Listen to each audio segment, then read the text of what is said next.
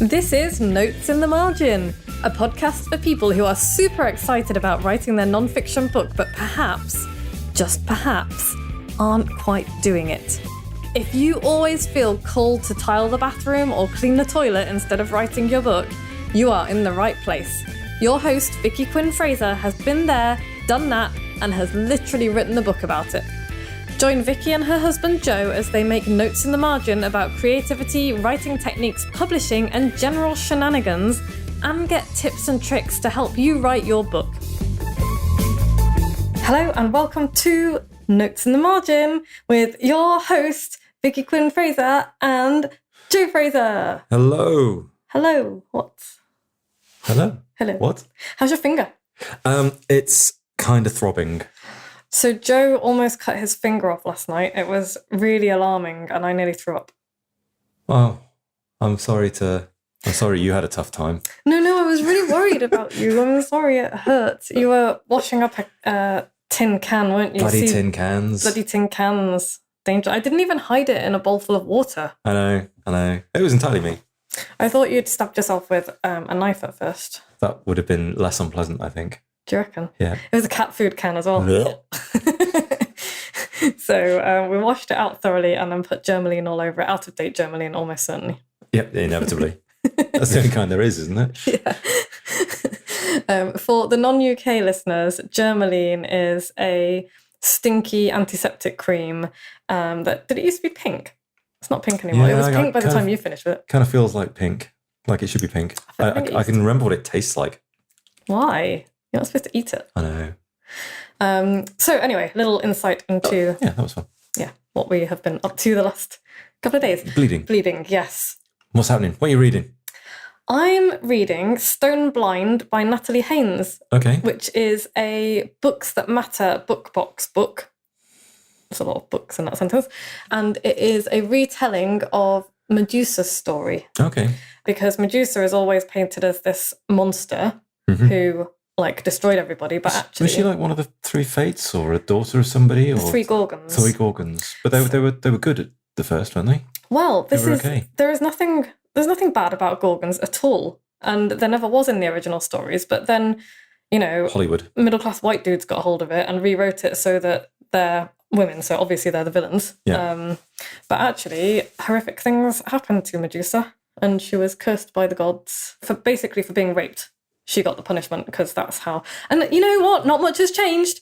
So yes, but it's a great book because it talks about Medusa and her sisters, and it's a really touching story. And then also it talks about Perseus, because obviously Perseus was sent to get the head of a Gorgon by some dickhead king. And I read that and I was like, why are they even doing as this king says? Why don't they just stab him in the face? So that annoyed me a little bit, but. Yeah, and it's just so there's lots about Zeus. Zeus and Hera's relationship is really funny because he just spends his whole time having affairs with. When I say having affairs, it's mostly like either seducing or raping mortals. But Hera is just spends her whole time making Zeus's life miserable because of that, and it's just like why are these people together? So they're not people, but yeah, it's good. I'm really enjoying it. Good. Yeah. Excellent. And what are you reading? I'm reading The Song of Solomon by Toni Morrison. And I'm only like 25 pages in, so I can't really pass much comment. So far, I have found it a little bit confusing, and loads of characters have been introduced, and they're all members of a family, and I haven't quite worked out who's who yet. Cool. Well, Toni Morrison is amazing, so I shall expect you to like it. Well, I'll give it a go. Okay. And non-fiction, I'm reading, actually literally just finished reading Hyperbole and a Half by Ali Brosh, which is a hilarious comic book. Well, Ali Brosh used to have a blog, it still does, but doesn't post on it so often, about her struggles with depression and mental health, and she's hilarious. So it's very much not, oh, poor me, this is all terrible. It's like, this is the ridiculous shit that I have done and has happened to me, and it's just very, very funny. And so it's an interesting style of writing, and I really enjoy it because the writing style is very, not dry, but very matter-of-fact and reportage style. But together with her Microsoft Paint style cartoons, those two things together just make it really vivid and emotional. So if you just read the words on their own, it is funny, but with the pictures, and the dialogue and the pictures. That's where a lot of the kind of immediate emotion comes from. And so it's a really cool way to write a book, I think. So Nice. 10 out of 10 would recommend. So yes, that's what we're reading. Yeah. Listening to a lot of... Actually, I'm making my way methodically through every single episode of The Curious Cases of Rutherford and Fry at the moment. One after another. Which I think I introduced you to. You did. Well, I mean, weeks ago. I'd heard it before, like on the radio every now and then. But yes, I didn't realise that it was a podcast. Right. And so I've started right at the beginning and I'm working my way through. There's hundreds of them. And they're only like 15, 20 minutes long. But they're so good. And so people will send in questions like, why can some people taste some things and not others? And so that was the most recent episode that I listened to. And so they were like, oh, what? Why is that a thing? And so some people, it ended with a really cool piece of advice that I really enjoyed. Oh, no, it's why don't kids like vegetables? Right. Yeah.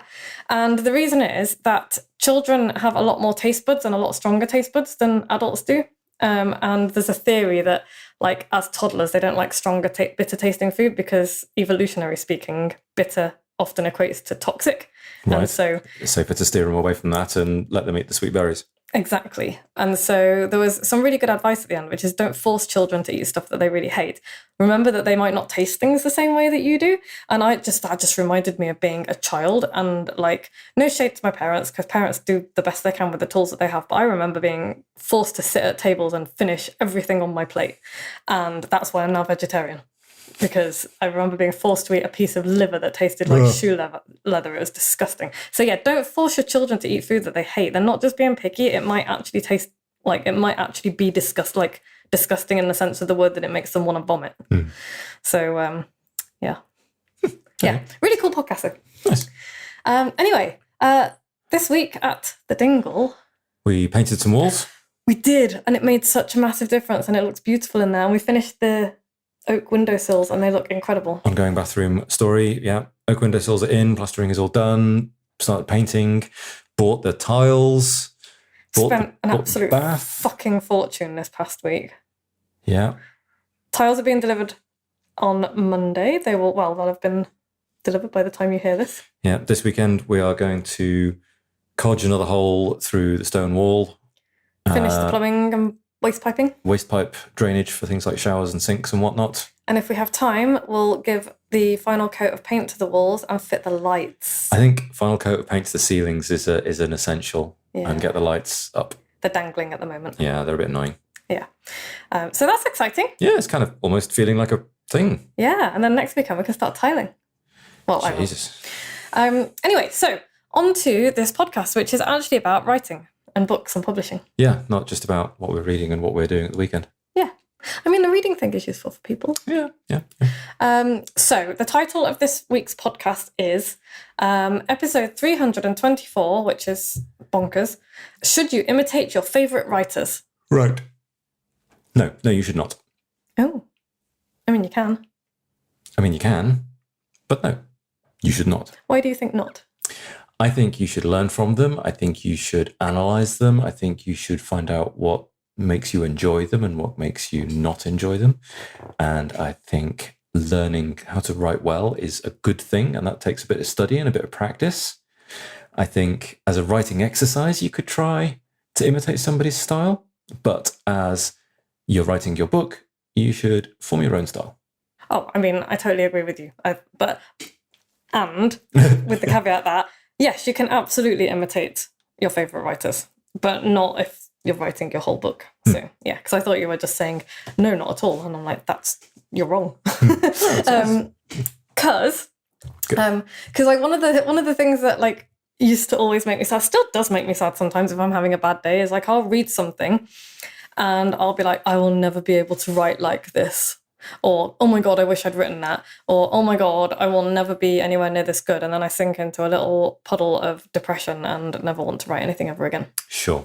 And that is quite common among writers, and also probably musicians and dancers. And like, because I know that I'll often watch people do a trapeze routine and I'll be like, I will never be able to do that. I might as well give up. Sure. Which is stupid and destructive. So yeah, feel those feelings and then put them in the bin. Because it's actually a good thing that you'll never, like, I will never be able to write like Terry Pratchett or Maya Angelou or David Sedaris. And that's okay. They can't write like you either. I mean, I don't think they'd want to. But kind of that's also the point. They wouldn't want to because, you know, why would they? Because if I did write like them, I would just be a pale imitation of them. And you can tell, like, if you can tell when somebody is trying really hard to sound like somebody else. Sure. It feels forced, and it is like a pale imitation of them, and nobody wants that. So you pretty much stole my thunder with your first monologue, Joe, but we'll break it down. Okay, sorry about that. You did ask. I know I did. Yeah, it's my own fault. So yeah, here is what I do when I read something and just think, oh, I'm never going to be able to do that. Everything sucks, and I should just go and work in the corner shop. I read the writing that I love, and then I look at it really carefully, and I make a note of what I love specifically and why. Mm-hmm. You're right. Yeah, I've just pulled the cut on the side of my finger. Don't do that. Yeah. Don't bleed all over my office. I will try not to. So yeah, I don't just read it, and I don't just kind of make a note of what I love, but it's like really specific. It's like, okay, this particular passage made me laugh out loud. Mm-hmm. Why? What was it that made me laugh out loud? Or this particular passage made me cry. Why did it make me cry? Or it made me feel angry. You know, what was the writing technique? And what is the story that's being told that made me feel the way that I felt? And so when we start doing that, we can start looking at what works and what doesn't, because also not everything that my favourite writers write is always something that I love. And so sometimes I might look at something they've written and be like, oh, didn't like that so much. Why not? Because it's okay to critique your favourite writers. They're not gods. Mm-hmm. You know, they are humans, and not everything they do is going to be, I mean, there is no such thing as perfect in art anyway, but, you know, not everything they do is going to be perfect. So it's okay to go, you know what, that piece of writing did not work for me. That's interesting. Why? Mm-hmm. What was it that didn't work for me? Because it doesn't mean that it won't have worked for somebody else. It just means that it doesn't work for you. And so that's not something that you want to do in your writing, probably. I mean, it might be a piece of writing where you are not the target audience. Yeah. Yeah. And that's a useful exercise as well, because then it's like, well, okay, so why didn't it work for me? What about me, like, trying to find out where the mismatch is really useful, because when you're writing for your audience, you can keep that in mind. It's like, what didn't work here and why didn't it work? Like, what was missing? You can also look at what techniques they use as well, like actual literary techniques. So you've got things like alliteration and metaphor and simile, and there's loads of poetry devices that you can bring into different genres as well. So, you know, what techniques have they used in there? Can you use them? Why did they work? Why did they work particularly well in that passage? And how can you use them? How can you? So, like one of my favorite exercises to do is if I'm kind of writing a piece, I'll think, oh, you know, for example, Terry Pratchett wrote a really cool piece, and rhythmically it was very cool. I wonder if I can take that rhythm and use it to write the piece that I want to do. So it's a totally different piece of writing, but I'm using like the rhythm, whatever rhythm that he used to make his point. And I'll be like, will that work in this piece? Might work, it might not, and you might create something new. And that can be a really useful exercise as well. Oh, also conversely as well, this is making me think of the yawning hippopotami man. Do you remember? The yawning hippopotami man. So there is somewhere, and I'm not gonna dig through the internet to find it because I ain't got that kind of time. But on Mark Dawson's self-publishing podcast, and actually when I went to the live show a couple of years ago, he told this story. He told this story about his own work, because he is a really famous mystery writer, right? Thriller writer. My parents read his books, and it's kind of like the same genre as Lee Child books. Mm-hmm. What are they called? It's Lee Child's the author, isn't it? Yeah. I don't read that genre, so I don't really know. But yeah, Mark Dawson does kind of, you know, same genre, similar kinds of books, and he's self-published, and he's only self-published, and he makes millions out of his books. And because he is self-published, that attracts a lot of very jealous little people who have never managed to become traditionally published, and therefore like to spend their time like putting him down, because it's like, oh, you might sell these books, but you've never been picked up by a traditional publisher. And it's like, so what? He's got millions of fans who love his books, and he's making millions of pounds. And he's what's your point? Scrooge McDucking around in all of his piles of cash. I know. And so anyway, this one guy wrote to him, and he wrote him this amazing letter that Mark Dawson published in full. He took the guy's name out because he's not a monster, but he published it in full, and he was just like, you would never get even close to the kind of talent that I have. And he proceeded to share this piece of absolute bullshit writing that he'd written. It was the most flowery, overwritten, nauseating. Oh, anyway, one of the phrases that stood out to me was who described the caves as yawning hippopotami, and that's not even the worst part of the whole passage. But Mark Dawson has turned a lot of these phrases into slogans on T-shirts, so he's now making even more money out of this guy's terrible writing. Yeah, he's probably made more money off this guy's terrible writing than the guy himself has, which just amuses me greatly.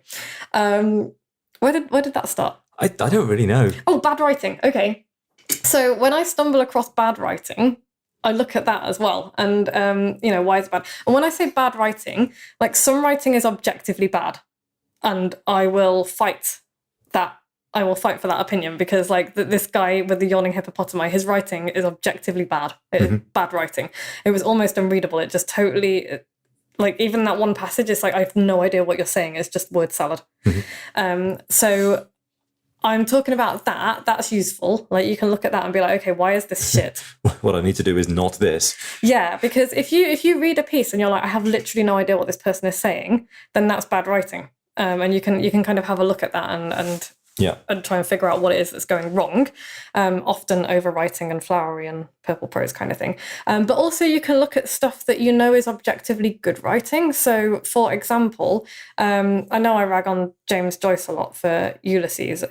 I cannot, for me that's unreadable, but I also know that it's a really interesting type of writing. Like he revolutionized fiction and literature with it. And so I'm not like James Joyce's shit, because that would be a stupid and arrogant thing to say, but like I cannot stand his style of writing. Does not work for you. Does not work for me. But I can look at that and look at passages from it and be like, okay, why? What is it about his writing that does not work for me? And I can have a look at the techniques he uses. And, not every word he's ever written. I don't hate every word he's ever written. It's just that I'm never going to sit down and read Ulysses because I ain't got that kind of time. So, but I can look at it and think, why don't I like it? It's like, I struggle to focus anyway. And so the stream of consciousness technique for me does not work at all because I get lost really, really quickly because my eye tends to jump around on the page.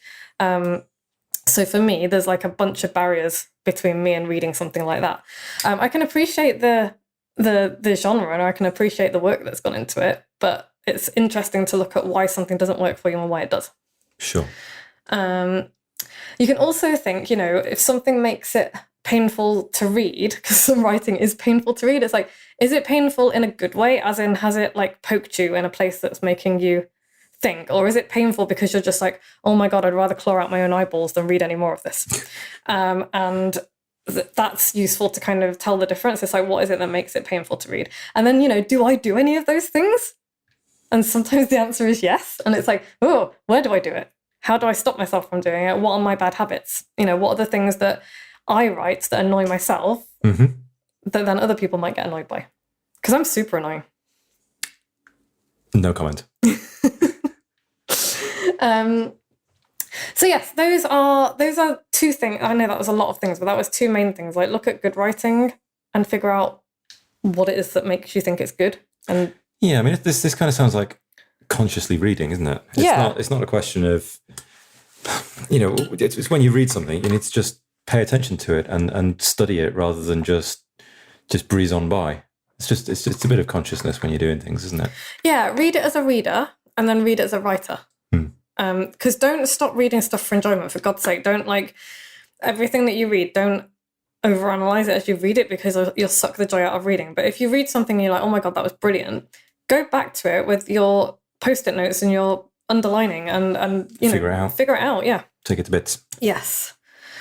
And then when you've done all that, so after I've done all that, it's like I really concentrate on finding my own ideas and writing about them. And that's the most important thing, because you can imitate people's writing style, but you have to have your own stories, and then your style will come out. You can start using other people's styles and see what it morphs into. But like I think that's the difference. with plagiarism as well. It's like you can imitate somebody's writing style and until you find your own, and that'll, that's fine. If you start pinching other people's ideas, that's an entirely different kettle of fish. Sure. And so, give credit where it's due and all the rest of it, but really find your own ideas. Go live your life, talk to people, find new stories to tell, and then write about them, and dig into them about to find what the truth is to be human, I guess. So, what does the world mean to you? What's your take on stuff, rather than just rehashing old ideas? And that way you figure out what you think about things, and also you figure out how to say it best as well. Does that make sense? Yeah. So yeah, I think that's that really. Yeah. So yeah, imitate your favourite writers by all means. Might be interesting to, if you've got an anecdote or a story or something you want to say, maybe find a couple of different authors with very different styles and tell your story in the style of. Yeah. That might be interesting to kind of figure out, makes you consciously aware of what they're doing. Yeah. And how they're doing it. That's kind of linked to a piece of advice that Neil Gaiman gives actually for writing it. It's like you can, try and start off trying to write like other people, and actually you'll find that you write like yourself, because it's really difficult to do that. And I really like that as an exercise that you just suggested. Pick a couple of different writing styles. You could pick James Joyce, you could pick Toni Morrison, you could pick Maya Angelou. They're all quite different writing styles, and then have a go at writing your story in those different ways. I love that idea. Yeah, they force you to notice the differences and understand what they're doing, wouldn't it? Yeah, and why some things work and some things don't in different pieces of writing. I like that. So yeah, imitate your favourite writers, try out different things that they do, and try out the words and phrases that they use and the techniques they use, and then discard what you can't use or what doesn't suit you, because some things will not suit you, and like that will feel weird coming out of your fingertips. And so get rid of it, discard it. And if the stuff, and keep the stuff you do like that does work, and it'll merge into your own unique style. And don't worry if it doesn't come out sounding like them. If you do try a piece in somebody else's style, don't worry if it doesn't come out sounding like them. It's not supposed to. The point is that you use that as a place to start and figure out what your voice sounds like. So next time you find yourself thinking, ugh, I'll never be able to write like that and everything's terrible, you can reply to yourself with, no, I won't. And that's okay, because I'm learning to write like me. Nice. Yeah, thanks. So what's the takeaway, Joe? Write like your favourite writers so that you can learn what you sound like. Yeah. Yes, exactly. Coming up next week, which I think we were supposed to have done this week, but we did not, writing advice from Terry Pratchett. Okay. Yeah. And then I think we'll follow that with writing advice from Neil Gaiman. Cool. Yeah. And, I've got a new thing. New thing. So I have found that a common problem with people who start writing books is that they get to a certain point and then they stop writing their books. And then the book goes in a drawer and then everybody is sad. Sure. And I can speak from experience because I currently have about 5 half-written books or started books in various locations on my hard drive. I've also had, I've got a bunch of clients at the moment who have come to me and be like, I've got this half a book. I need to finish it. So it's a very common struggle among authors. And so I have created a VIP day. And that is a whole day with me, 9 to 5-ish. And we'll basically figure out why you're stuck, get you writing again, look at the structure, make any changes that need to be made. You'll get a bunch of work done during the day. I will give you a bunch of things to work on and to change. And I will also give you, because this is another thing that keeps people stuck, it's like, oh, but I know that when I finish the book, that's just the start of it. And then I've got all this other stuff to do. I will put together a timeline, a publishing timeline for you, and with a checklist of exactly what you need to do to get your book finished by the time you would like to get it finished. So it's no longer this big nebulous, fuck, I've got all this shit to do and I don't even know what it is, to, cool, we're going to work backwards from there. Here's a list of things. Yeah. And you also get a month's access to me via Voxer, and you get free access to my daily writing sessions to actually get the damn thing finished after the VIP day. And I'm really excited about this. I think it's going to be very cool.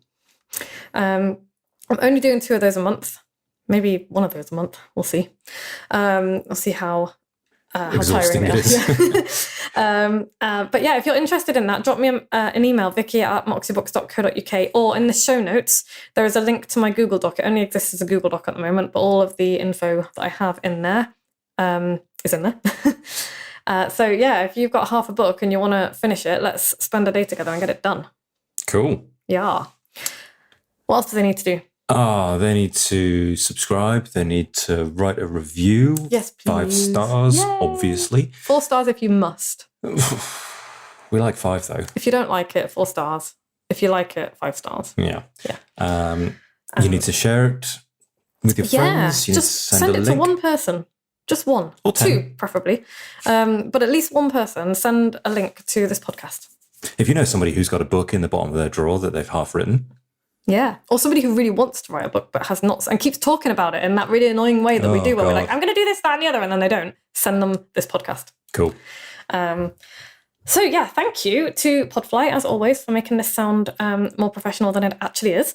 Thank you to Harriet for making me sound more professional than I actually am.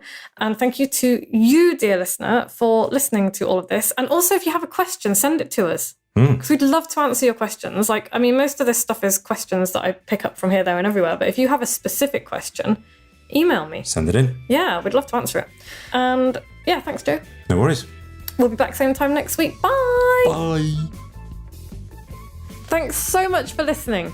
Check out the show notes at moxiebooks.co.uk/podcast for links to everything we've mentioned in this episode. Remember to subscribe to this podcast wherever you get your podcasts from.